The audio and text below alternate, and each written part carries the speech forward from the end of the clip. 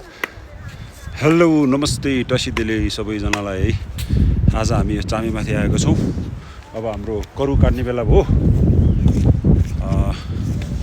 करु काटेर अब यही ठाउँमा सुकाउने, यही ठाउँमा कुट्ने हो। अनि हाम्रो पछाडि सबैजना सरसफाई कार्यक्रम गर्दैछ है। निकै सफा देखिएको छ। अब यो कोदालोको काम पनि सकियो लगभग।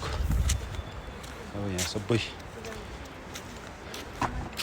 सफा गरेर झारपात चाहिँ सबै काटकुट गरेर फालिसकेका छौँ।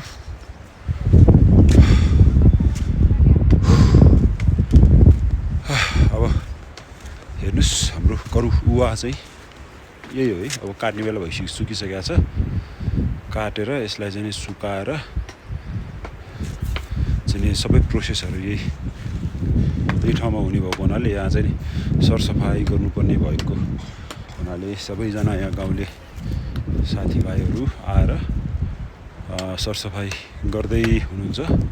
लगभग अब फाइनल सकिसकेको छ। अब सकिएर अब हामी घरतिर लाग्नेछौँ है। बाँकी कुरा पछि भेटमा गरौँला। हस् त, नमस्ते बाई।